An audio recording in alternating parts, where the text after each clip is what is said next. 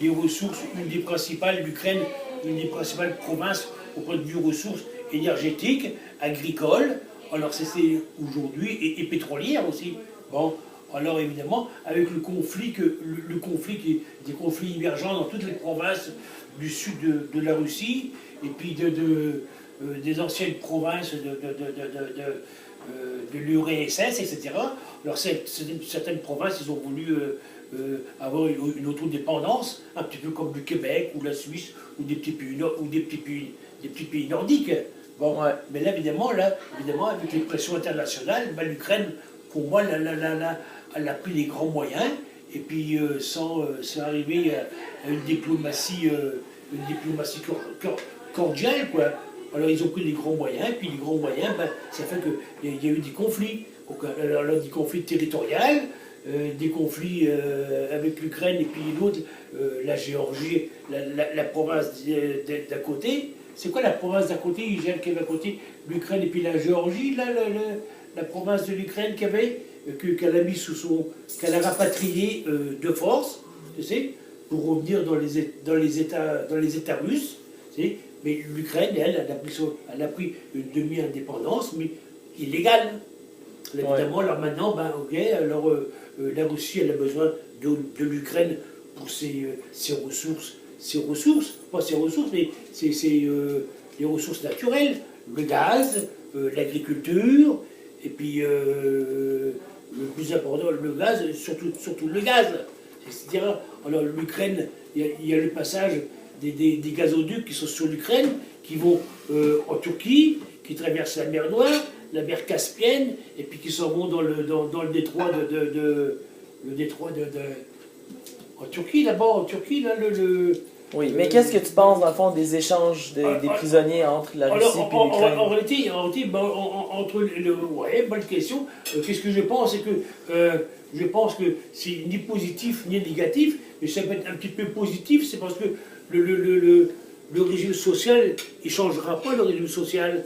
Il y aura toujours soit annexer librement l'Ukraine, ou soit l'annexer par force ou militairement.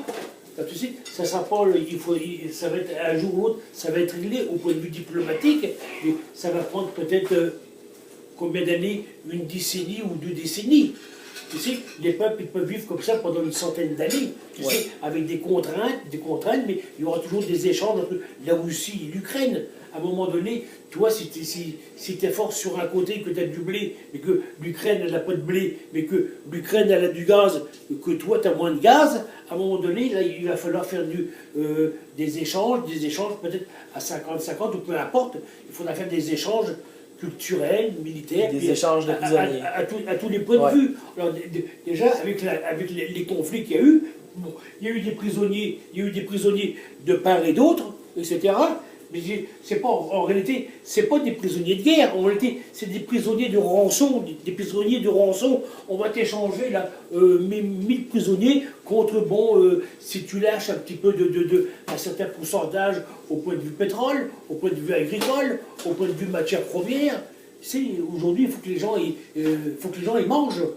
Tu sais, tu ne peux pas avoir du pétrole, si tu ne peux pas le vendre à quelqu'un.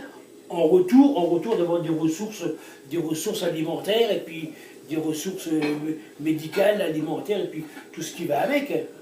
Tu sais, un petit peu, c'est ça, David, tu sais. Ouais. Tu sais, quand tu vois ces choses-là, c'est ça le problème. Alors, c'est un bien pour un mal, mais il faut attendre encore que...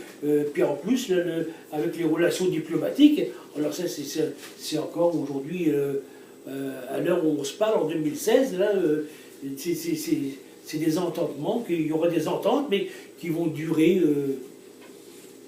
qui peuvent durer pas une éternité, mais qui peuvent durer plusieurs années, quoi. Comme toutes les guerres actuellement sur la planète, les guérillas, etc. Ça va se régler un jour ou l'autre, mais quand?